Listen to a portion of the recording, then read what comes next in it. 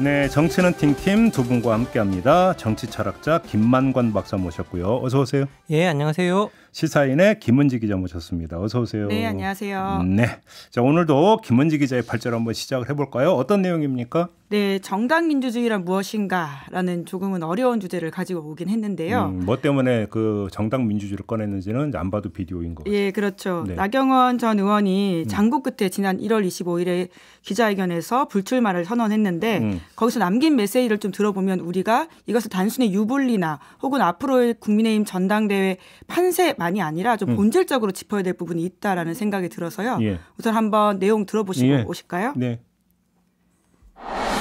정당은 곧 자유민주주의 정치의 뿌리입니다.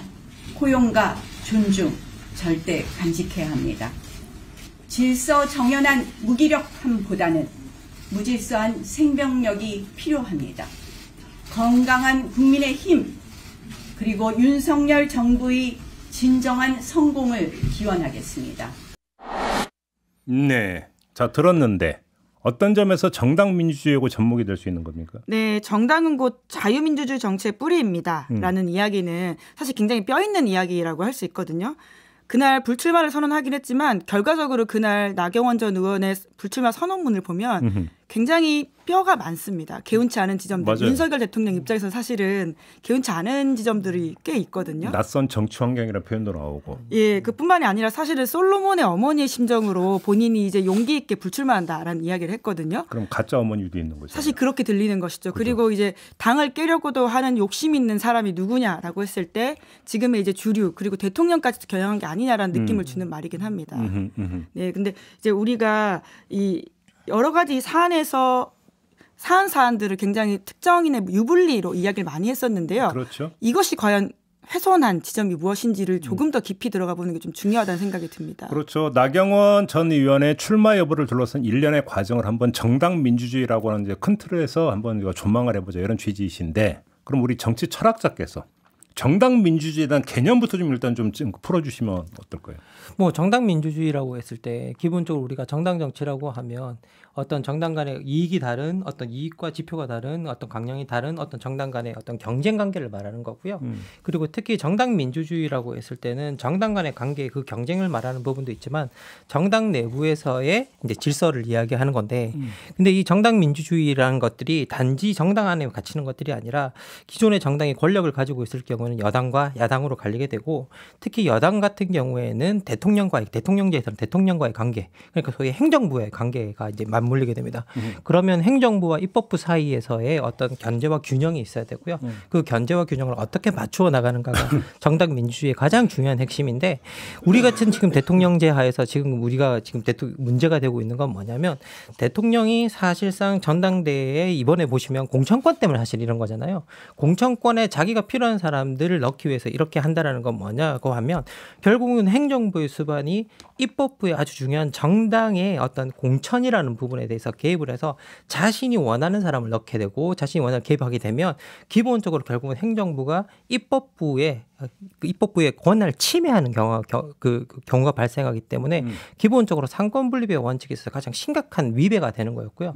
이런 것들 때문에 과거로부터 계속 당정분리라는 이야기들이 나왔고 그래서 대통령 당권과 대권이 구분이 돼야 된다라는 이야기들이 계속 나왔던 이유도 사실 여기 부분에 있다라고 보시면 될 것 같습니다. 그러니까 원칙적으로는. 정당 민주주의라는 게 정당이라고 하는 것을 운영해 되는 힘이 어디서 나오고 어떤 과정과 절차를 통해서 그 힘이 작동이 되느냐. 이제 이것을 가지고 이제 어떤 이게 민주주의적으로 운영이 되고 있는가 안 되고 있는가를 좀 따져야 되는 건데 민주주의의 가장 기본 원리는 1인 1표인데 근데 지금 나경원 전 의원의 일련의 과정에서 놓고 본다면 1인 1표가 아니라 1인 만표가 지금 작동이 되고 있는 거 아니냐.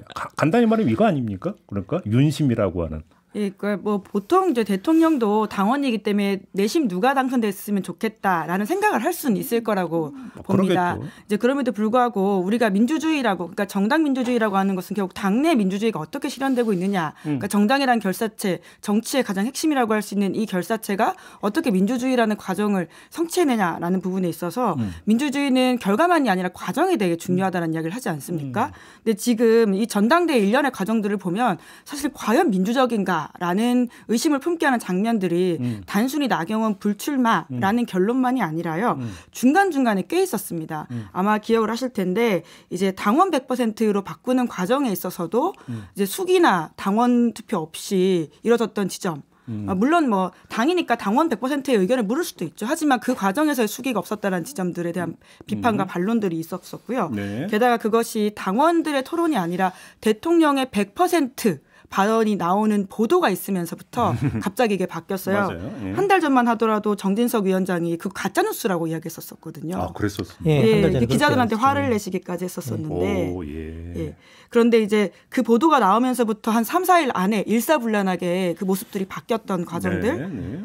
그리고 이제 그런 모습에 반발했던 특히나 이제 유승민 전 원내대표를 겨냥했다라는 이야기들이 워낙 많이 나오니까 당사자는 이게 재롱잔치 아니냐라는 이야기까지 한 바가 있습니다. 대통령한테 잘 보이는 재롱잔치다라고 이야기를 했었고 그리고 나경원 전 의원의 이제 출마 의사가 밝혀지면서부터는 굉장히 우리가 다 기억하고 있죠.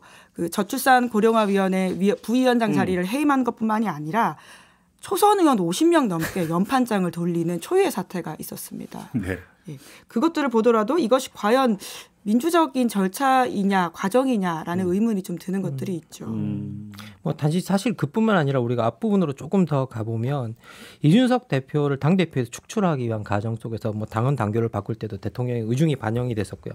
근데 사실 우리가 만약에 이렇게 이준석 대표가 축출이 안 됐다면 이번에 또 당대표로 나올 수도 있었던 사례였고 그리고 이제 그 이후에 민심 1위로 꼽히던 어떤 또 당대표 후보를 축출하기 위해서 전당대회 룰을 바꾸고 그리고 이번엔 당내의 지지율 1위를 또 축출하기 위해서 이번 사태가 이제 나경원 사태가 이제 벌어진 건데요. 그러면 사실 이 과정을 들여다보면 가장 이제 정당 민주주의 정당 내부의 민주주의를 들여다본다고 한다면 가장 심각한 문제가 사실 민주적이라고 부르는 부분은 경쟁이 있다라는 건데 그 경쟁 자체 구도 자체를 없애버린 거죠 대통령이. 그러면서 사실은 어떻게 보면 당 대표로 나가는 사람들이 경쟁을 해서 뽑히는 것들이 마치 너무나 형식적인 마치 어디 사회주의 국가에서나 볼 수 있는 어떤 이미 다 정해져 있고 그 사람을 이미 정해졌고 대통령이 다 주고 누구만 딱 특별히 초대해서 식사하고 그러면서 모든 사람에게 다 내가 이 사람이 좋아 이 사람 뽑을 거야 그리고 이 사람에게 불리한 모든 건 다 없애겠어 라고 하나하나 다 제거해 나가는 어떤 그런 과정들을 들여다보면 이게 정당 민주주의 논하는 게 아니라 이게 정당이 거의 어떻게 보면 사실 무법 천지인 어떤 그런 상황이라고 저는 생각이 들어요. 예. 그러면 제가 균형감을 위해서 이렇게 질문을 던져볼게요. 자, 경선 룰을 당신 100%로 바꾸지 않았습니까?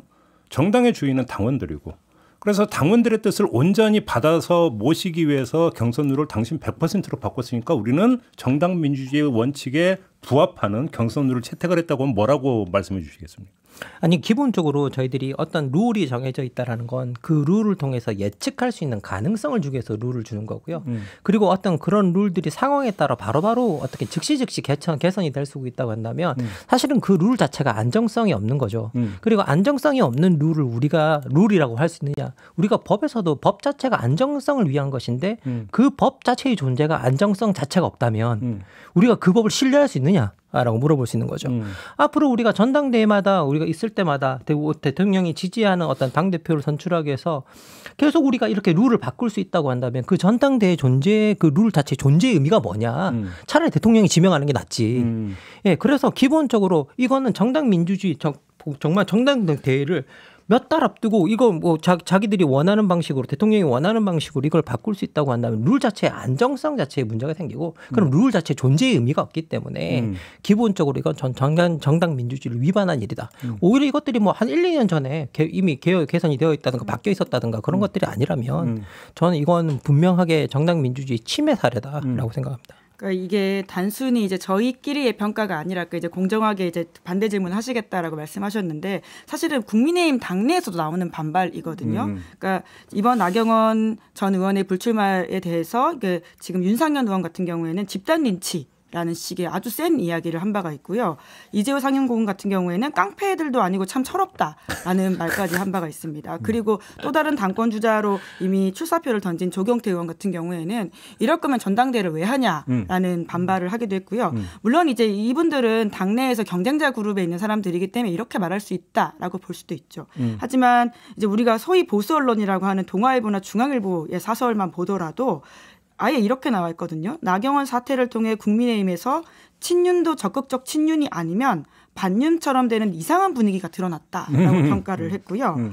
뿐만 아니라 중앙일보 또한 이번 사태에 등장한 무리수들은 도를 넘었다는 평가를 받는다. 여당 대통령과 여당 코드 맞추기라는 비판 뭐 이런 식의 이야기들도 있습니다. 자, 여기서 제가 새길로 하나 좀 빠져서 질문 드리고 싶은 게 있는데 정당 민주주의의 어떤 주체는 당원인 게 맞죠?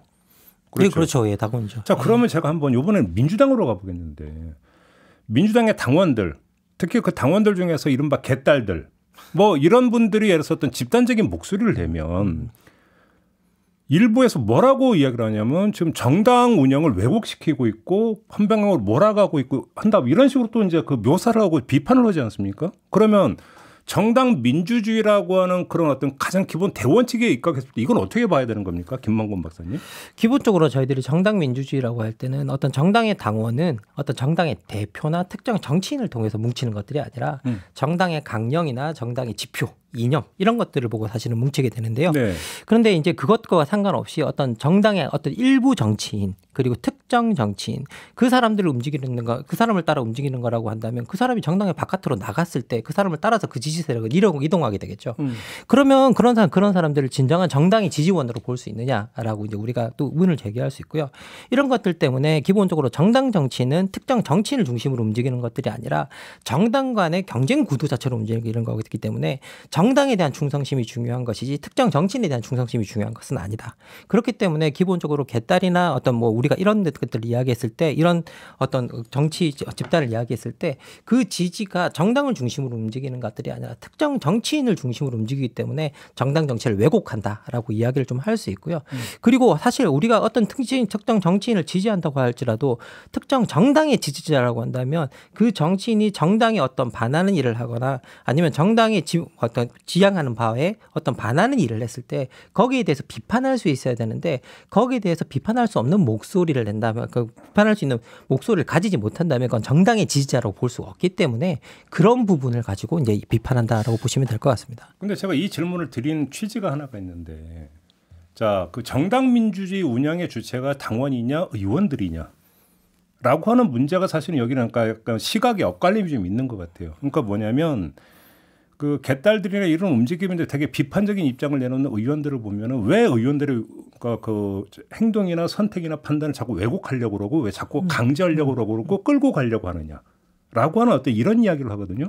그러면 이 얘기를 좀 제가 확대 해석하는 건지는 모르겠지만 정당 민주주의 운영의 가장 기본 주체는 의원들이다라고는 설정이 깔려 있는 것 같은데 그게 맞느냐라는 거예요. 기본적으로 저희들이 이제 우리가 정당론이 101이라고 부르죠. 소위 기본에 들어가면 정당이 동심원 구조로 만들어진다고 이야기하는데요. 정당의 핵심 의사결정을 하는 3, 4인의 어떤 핵심 지도자와 그리고 그들을 뒷받침하는 정치 고문, 경제 고문 같은 어떤 고문들이 있고요. 그다음이 의원 그룹. 그 다음이 이제 정당의 정식 당원 자격을 가지고 있는 사람들 그리고 그 다음 바깥에가 이제 당원 자격은 없지만 정당을 지지하는 사람들 이런 방식으로 저희들이 이루어진다고 하고 그리고 기본적으로 정당은 이런 상향식으로 움직일 때 그러니까 소위 말해서 위에서 내려오는 것들이 아니라 아래에서 사람들이 수급해 들어가면서 정당의 지도자가 되는 어떤 그런 방식이 가장 이상적으로 정당이 움직이는 방식이라고 그러죠.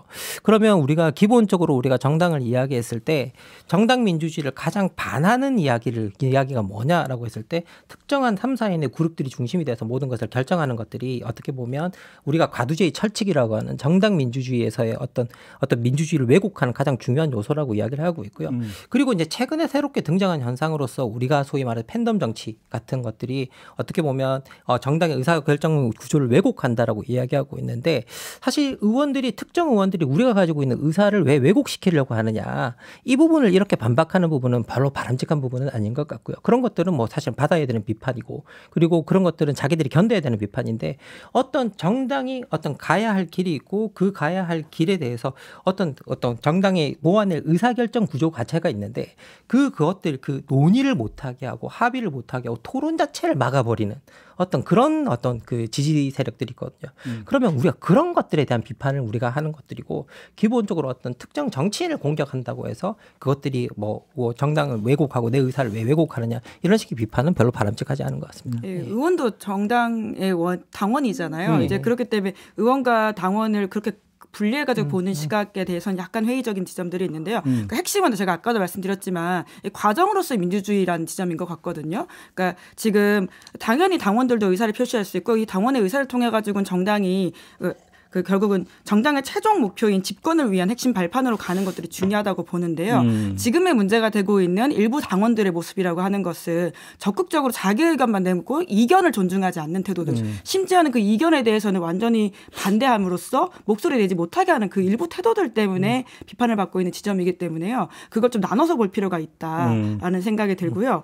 그리고는 이제 우리가 정당 민주주의라고 하는 것의 핵심 그리고 이 정당의 가치라고 하는 것이 집권이라고 만약에 한다면 결과적으로 스윙보터한테 얼마나 가닿을 수 있느냐라는 지점도 굉장히 관리에 있어서는 중요한 지점인 것 같거든요. 근데 지금의 뭐 물론 이제 민주당의 어떤 그 극렬한 일부의 어떤 지지자들의 모습들뿐만 아니라 지금의 국민의힘의 어떤 전당대에서 드러나고 있는 지점이라고 하는 것은 과연 이 스윙보터 중도에게 가닿을 수 있는 지점이 얼마나 있는지도 같이 평가해야 될 지점인 것 같습니다. 그러니까 지금 어쨌든 이게 기본적으로 들여다보면 저는 약간 나타나는 양상이 조금 다르다는 생각은 드는데요.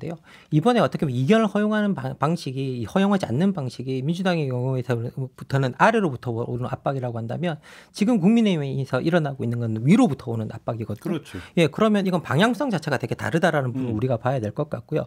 그런데 아래로부터 오는 압박은 정치 지도자들이 어떠한 방식으로는 통제해낼 수 있는 뭐가 있는데 가장 위로부터 오는 압박 같은 경우에는 이게 통제가 잘 안 되는 이제 통제를 할 수 없는 이제 그러면 그렇게 되면 모든 사람들이 이걸 지켜보면서 이걸 어떡하지?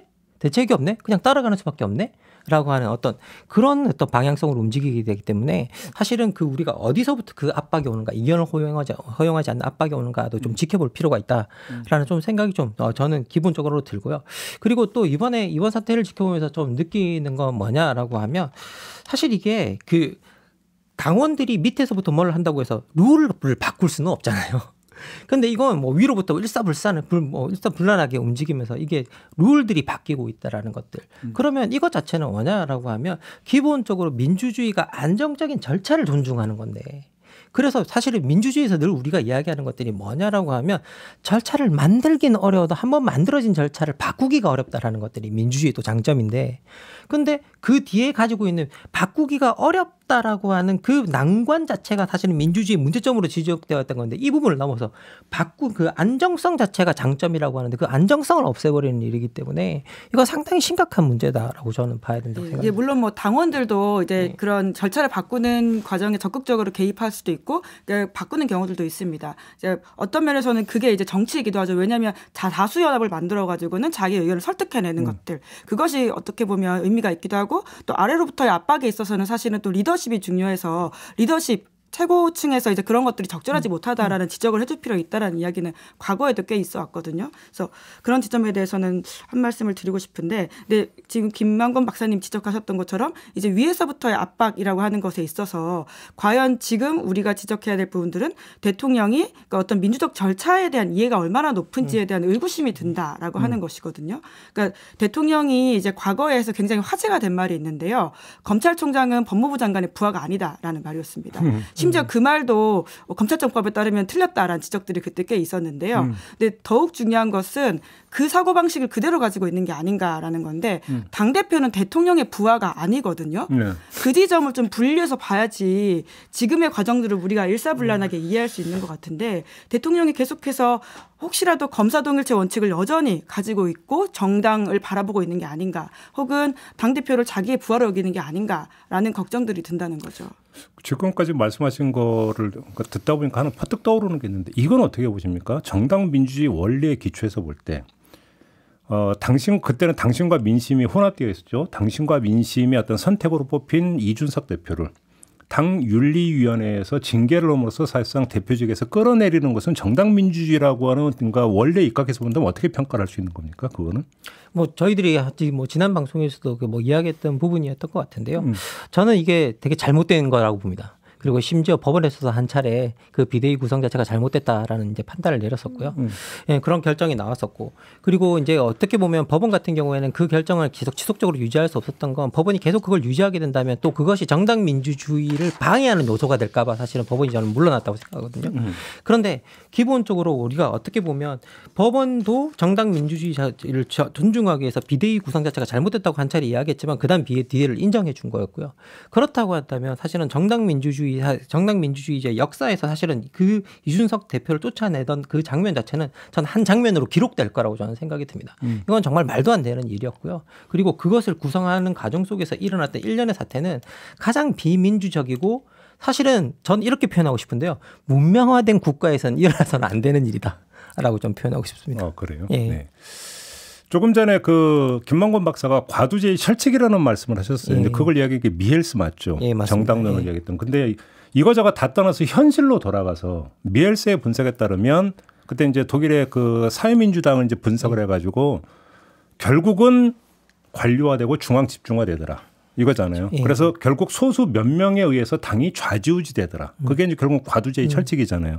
그래서 그러니까 제 기억에 봤다면 미헬스는 그래서 당 어떤 그 간판 대표를 얼마나 대표성 있게 선출해 들어가는가 그래서 관건이고 중요한 문제다. 이 점을 제기를 하더라고요. 네, 맞습니다. 그렇게 놓고 본다면 결국 그것이 전부는 아니겠지만 핵심적인 부분은 당 대표의 대표성이 어떻게 담지될 수 있느냐. 그러니까 대표성이 그 갖춰진 대표를 선출할 수 있느냐 없느냐. 두 번째 그렇게 선출된 대표가 지켜지는가 지켜지지 못하는가. 결국은 이것이 정당 민주주의가 그러니까 실현되고 있는가 안 되고 있는가를 재는 또 하나의 아주 현실적인 척도가 될 수가 있다. 요 얘기도 성립이 되는 거 아니겠습니까? 뭐 지금 말씀해 주신 바를 아까 제가 어떻게 표현했냐면 그것들이 지켜져야 되는데 그런 과정이 정말 말도 안 되는 절차를 통해서 지켜지지 못했기 때문에 바로 제가 그러니까요. 문명화된 국가에서는 일어나서는 안 되는 일이다라고 제가 그렇게 이제 표현을 드렸던 거고요. 네.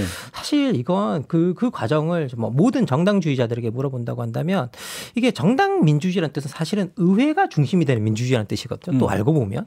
그런데 이게 의회주의자들이어야 됩니다. 그런데 그 의회주의자들이 자기가 그 정당에서 의회에서 활동하는 가장 중요한 당대표로 뽑은 사람을 대통령 입법부의 그러니까 행정부의 수반이 마음대로 사실은 바꿔버린 사례였거든요. 그리고 거기에 그 입법부에 있는 사람들이 발맞춰서 그걸 조정했다라는 건 억압한 사람도 그걸 받아들인 세력도 비판받아야만 하는 일이었고 기본적으로 정당 민주주의를 무너뜨리는 첫걸음이었고요. 이게 됐기 때문에 그 다음부터 전당대회 룰도 바꿀 수 있고 나경원 의원도 이게 주저앉힐 수 있고 하는 일이었다는 생각이 듭니다. 그래서 사실 모든 파장의 근원은 거기서부터 나왔다라고 우리가 보면 되는 거고요. 우리가 어떤 특정 정치인을 지지하건 지지하지 않건 간에 그 사람이 정당의 절차를 통해서 대표로 선출이 되었다고 한다면 그 사람의 임기를 어떻게 잘 보장하는가 그리고 그 사람이 정말 중요한 정당의 당규나 이런 것들을 위반하지 않았다라고 한다면 사실은 우리가 처벌하거나 그것들 어떤 그 직책을 마음대로 흔들지 않아야 되는데 실제로는 사실 우리가 누가 봐도 이걸 정말 당대표에서 쫓아낼 만한 일인가라고 했을 때 전혀 그렇지 않았던 일로 이준석 대표가 전 대표가 쫓겨났다라는 우리가 그런 것들을 봤고 그리고 그것들이 통했고 그리고 그 과정 속에서 대통령의 문자 같은 것들 이런 것들이 다 이제 주고받는 과정들이 다 드러났고 그러면서 그것들이 대통령의 의중이 다 반영이 되어 있었던 것들 우리가 실제로 다 확인할 수 있었기 때문에 사실은 정당 민주주의가 적어도 국민의힘과 어떤 그 내부에서 무너지는 첫 번째 어떤 장면이 이준석 대표가 아니었나 전 대표가 아니었나. 결국 그런 점에서 이준석 징계와 나경원 좌초라고 하는 어떤 전혀 다른 양상이지만 본질은 똑같은 어쩌면 동전의 양면인 거죠. 그런 점에서 놓고 본다면. 네, 이준석 전 대표가 직접 그렇게 이야기하기도 했죠. 이제. 그러니까요. 예. 그런 점에서 놓고 본다면 핵심은 이번 당대표 선출 과정에서 놓고 본다면 선출되는 당대표의 대표성이 얼마나 온전히 담지될 수 있도록 제도부터 과정까지 제대로 관리되고 이게 그러니까 실행되느냐가 가장 핵심적인 문제인데 지금 나타나고 있는 것은 대표성을 확충 강화하는 어떤 그 경선 과정이라기보다는 오히려 대리성을 어떤 그러니까 굳히는 대표를 뽑는 과정이 아니라 대리를 뽑는 과정으로 지금 뭔가를 자꾸 변질시키고 있는 게 핵심적 문제고 그것이 정당 민주주의에 부합되지 않는다. 이런 얘기로 연결이 되는 거 아닌가요? 실제로 김기현 이제 의원 같은 경우에는 굉장히 이제 윤심에 가깝다라는 평가를 받고 있는 후보잖아요. 본인이 대통령 눈빛만 봐도 안다 뭐 이런 식의 이야기를 하면서 네. 윤심과 코드가 내가 얼마나 가까운지를 사실 지금의 당대표 선거 출마의 핵심 이 세일즈 포인트로 삼고 있다라는 것도요. 눈여겨볼 부분인 것 같고요. 물론 이제 우리가 계속 안철수 후보의 존재에 대해서 좀 계속 간과하면서 이야기하고 있는 것들이 있는데 지금 이제 양자 구도가 사실상 성립된 바가 그렇죠. 되었고 이제 선거라고 하는 게 끝날 때까지 어떻게 되는 건지 모르기 때문에 네. 우선은 이제 두 사람의 경쟁이 있는 건 사실입니다. 자, 그러면 하나 더 여쭤볼게요. 정당 민주주의라고 하는 그 대원칙과 입각해서 볼 때 이른바 당정 분리라고 하는 것은 어떻게 이해될 수 있는 겁니까? 우리가 뭐 당정 분리 계속 이야기했을 때 소위 말해서 당과 그리고 어떻게 뭐 정부 그러니까 행정부의 어떤 대권과 우리가 흔히 말할 때 대권과 당권을 분리해야 된다라고 이야기를 하고 있죠. 대권과 당권을 자꾸 우리가 분리해야 된다고 이야기했던 이유는 뭐냐라고 하면 우리나라 같은 경우에는 대통령제의 상권 분립제를 채택하고 있는데 헌법상 되게 제왕적 대통령제라고 하는 어떤 그 대통령의 힘이 강력하게 보장되어 있는 상태였는데 그래서 그 이전에는 사실은 대통령이 당의 총재까지 겸임하고 있는 어떤 그런 역사가 있었잖아요. 근데 2002년부터 여러분들 아시겠지만 노무현 대통령이 나와서 우리가 이걸 분리하지 않는 이상 계속 입법부가 행정부에 끌려다닐 수밖에 없다. 그럼 우리가 이걸 분리해야 된다라고 해서 그때부터 분리가 시작되었었고 사실 그 분리가 처음 시작됐을 때 이제 당과 소위 말해서 그 분리가 시작되고 난 다음에 당과 정부가 손발이 맞지 않는다라는 비판이 있었음에도 불구하고 그걸 굳이 분리시키려고 했던 이유는 뭐냐면 기본적으로 대통령에게 끌려다니지 않는 정당 정치를 만들기 위한 첫 스텝이었거든요. 이게 노무현 대통령이 나중에 이걸 한 걸 스스로 후회했을 만큼 어떻게 보면 자기한테는 정치적 타격이었어요. 그런데 그럼에도 불구하고 그걸 했고 그 과정으로 갔다라는 건 상당히 의미 있는 스텝이었고 우리나라 민주주의의 역사의 어떤 중요한 발전의 한 장면이었다고 생각합니다. 그리고 이제 우리가 정당 그 연구하시는 박상훈 선생님 같은 경우에는 삼김 시대의 정치를 들여다보면 삼김이 당 총재도 경험하고 있었고 그리고 이제 대통령도 김영삼이나 그 대통령이나 아니면 김대중 대통령 같은 경우에는 대통령과 당 총재를 같이 겸하고 있었지만 기본적으로 그분들은 정당에서 자라났고 정당에서 핵심적이었고 그리고 의회주의자였고 정당주의자라는 점에서 이분들은 정당의 정치에 대한 존중이 있었다는 거죠. 그런데 기존에 지금 현재 우리가 들여다보면 가장 큰 문제는 뭐냐면 정당 정치에 대한 존중이 없는 사람이 정당 민주주의를 파괴하고 있는 어떤 그런 모습. 그래서 지금 현재 남아있는 건 대통령이 정당밖에 없다라고 이제 이야기를 하고 있는데요. 저는 이 장면이 결정적으로 지금 현재 문제다라는 생각이 듭니다. 예. 그러니까 당무 개입을 그러니까 그런 지금 아까 말씀하신 우리가 정당 민주주의를 통해 가지고 만들어왔던 절차들에 대한 존중이라고 하는 것은 모두가 대부분 가지고 있는 이야기라서 사실 이게 명제와 같은 말이어서 부정하기가 쉽지 않거든요. 그래서 사실 윤석열 대통령도 말은 그렇게 했습니다. 과거에 이제 출근길 약식회견을 기자들과 하면서 말씀하신 이준석 대표 징계 국면에서 당무에 개입하지 않아서 자기가 언급하지 않겠다라는 취지의 말을 한 바가 있거든요. 그러니까 본인도 뭐가 맞는지는 알고 있다라고 하는 것이죠. 이제 그런데 이제 비춰지는 모습들을 봤을 경우에는 이제 그렇지 않다라고 하는 것들이 꽤 많고 심지어 이번에 이제 나경원 전 의원이 불출마 선언을 한 바로 다음 날도 이제 지도부와 이제 식사를 했습니다. 그 자리에 대한 브리핑을 하면서 양금희 이제 대변인이 뭐라고 했냐면 그러니까 나경원 의원에 대한 이야기가 나왔냐라는 질문이 당연히 나오지 않겠습니까? 이제 거기에 대해서 대통령은 당무에 개입하지 않기 때문에 그에 대한 이야기를 하지 않았다라는 말까지 할 정도로 이것이 겉보기에는 얼마나 중요한 원칙인지는 알고 있다. 하지만 실제로 그러냐라는 의문이 자꾸 그 괴리 때문에 더욱더 좀 문제가 생기는 것으로 보이죠. 마지막으로 제가 우물을 하나 던질 테니까 현답을 좀 줘보세요. 그러니까 대표를 뽑는 것보다 자꾸 대리를 뽑으려고 하는 과정으로 가고 있다고 쳐요. 그런다도 그 대리를 뽑으려고 하는 그 주체, 대통령이 민심을 광범위하게 받아들고 민심의 지지를 받고 있고 민심의 대표성으로서 위상이 굳건하다면 괜찮은 거 아닌가요? 그것도 전 모르겠습니다. 민심이 아무리 지지한다고 해도 당내 절차가 있고요. 네. 저는 기본적으로 민주주의에서 우리가 안정적인 절차라는 부분을 우리가 계속 강조하는 이유는 뭐냐라고 하면 우리가 사실은 절차가 결과를 만들어낼 때 상당히 많이 기여한다라고 보기 때문입니다. 만약에 우리가 절차가 결과를 만들어내는데 그렇게 상관없다고 생각한다면 절차 무시해야죠. 예, 그리고 이제 어떻게 보면 우리가 결과에 집중하면 되는데 기본적으로 절차가 왜곡될 때 왜곡된 결과가 나오기 쉽다. 라고 우리 이해를 하고 있고, 그리고 어떤 절차를 만들어 놓는 건 우리가 정치에서 어떻게 보면 정치가 다 어떻게 보면 우리가 볼 때 많은 분들이 야바이 뭐 싸움이라는 식으로 생각을 하고 있고, 그러다 보니까 이게 예측도 불가능하고 뭐도 불가능한 것들이 많은데, 우리가 어떤 정치적 과정에서 절차를 만들어 놓는다는 건 사람들이 어느 예측 가능성을 만들어 놓는다는 것과 똑같은 의미이기 때문에 네. 기본적으로 그 예측 가능성을 만드는 것들이 근대 정치의 핵심이었고요. 그래서 우리가 근대적이고 문명화된 정치를 하고 싶다면 이 절차를 버려서는 안 된다라는 생각이 듭니다. 절차에 대한 존중. 그러니까 우리 국민들의 수준이 그렇게 녹록치 않다. 우리 지탱국가라는 이야기 보통 하지 않습니까? 그러니까 거기 기반에 결국 전 시민의 의식이 그만큼 있다고 보거든요. 그러니까 그렇게 하는 사람에 대해서 민심이 가지 않는다고 봅니다. 그러니까 그 전제가 사실은 성립하지 않을 거라는 것이죠. 민심을 받들고 당무에 적극 개입하면 괜찮지 않느냐라고 하는 것은 말씀처럼 성립하기 좀 어려운 질문이지 않을까 그러니까 싶습니다. 우문이라고 했잖아. 그리고 이런 거 저런 거 다 떠나서 지금 윤석열 대통령의 지지율이 몇 %인가요?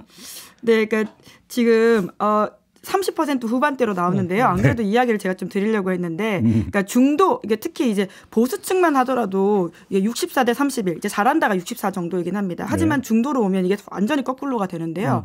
63대 29, 못한다가 63, 중도부터 그렇거든요. 그리고 진보라고 본인을 언급한 사람들은 85대 10입니다. 못한다가 85.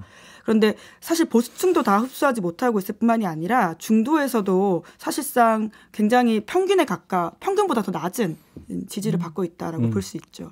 저는 이제 윤 대통령이 한번 집중해서 봐야 되는 사안이 뭐냐라고 하면, 자기가 온 힘을 다해서 밀고 있는 김기현 대표가 지금도 50을 못 넘고 있어요. 당내 지지율도.